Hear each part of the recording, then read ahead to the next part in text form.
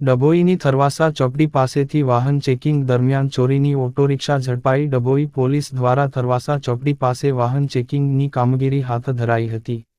ત્યારે વડોદરાથી ડભોઈ તરફે આવતી શંકાસ્પદ ઓટોરિક્ષા બાબતે બાતમી મળતા પોલીસ એલર્ટ થઈ ગઈ હતી.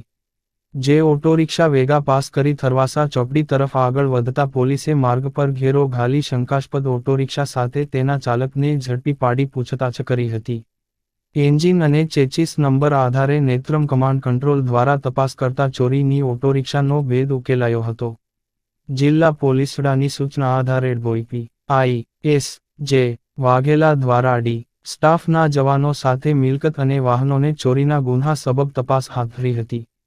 જેમાં વાહન ચેકિંગની કામગીરી હાથ ધરતા વડોદરા તરફેથી ડભોઈ તરફ આવતી ઓટોરિક્ષા જેનો નંબર GJ01 C/6974ની શંકાસ્પદ હોવાની બાતમી મળી હતી. જેથી ડભોઈ પોલીસે થરવાસા ચોકડી પાસે વોચ ગોઠવી હતી.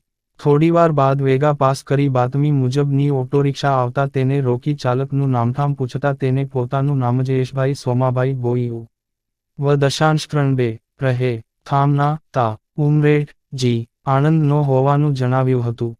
ઓટોરિક્ષા અંગે પૂછતા તેને આર.સી. બુકની નકલ આપી હતી. જે આધારે નેત્રમ કમાન્ડ કંટ્રોલ મારફતે તપાસ કરાતા બે ઓટોરિક્ષા અંગે ગાંધીનગર સેક્ટર 07માં ચોરીની ફરિયાદ થયેલ હોવાનું ખુલ્યું હતું.